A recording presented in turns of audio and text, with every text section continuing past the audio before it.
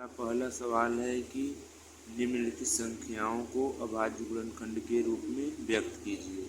अभाज्य गुणनखंड के रूप में व्यक्त करने पहला सवाल दिया है 140। हमें 140 का अभाज्य गुणनखंड दिखाना है। हम इसका यहाँ पर एलसीएम ले लेंगे। 140 का एलसीएम लेकर लिखेंगे। यहाँ पर हम पहले इसको 2 से काटेंगे। सबसे छोटी संख्या से काटी जाती है तो 2 से 14। यहाँ पर 0 है, 0 लिख देंगे। फिर 2 से लेंगे, 2 से भी कटेगा तो 35 दूना 70 होता है तो यहाँ 35 लिखेंगे। फिर 5 से कटेगा, 5 से काटेंगे, 5 से 35। फिर सीधा 7 से कटेगा, 7 एक का 7 होता है। तो अब 140 का अभाज्य गुणनखंड लिखने के लिए यहाँ पर हम लिखेंगे 140 का अभाज्य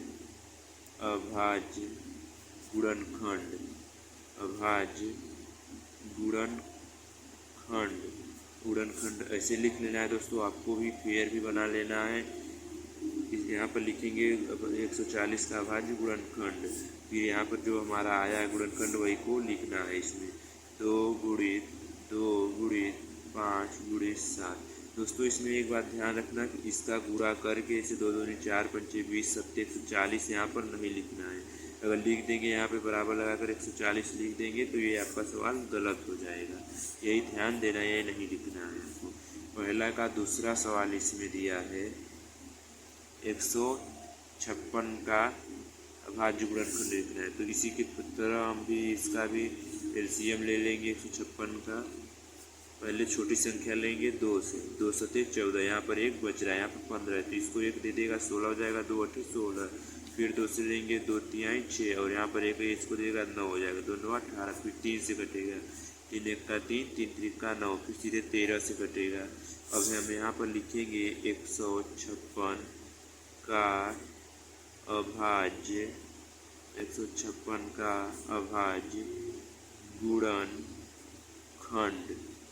156 का अभाज्य गुणनखंड बराबर 2 गुणित 3 गुणित 13।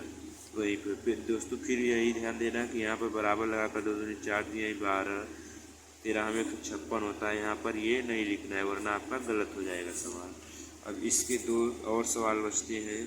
पहले का तीसरा सवाल दिया है कि 3825 का अभाज्य गुणनखंड करना है।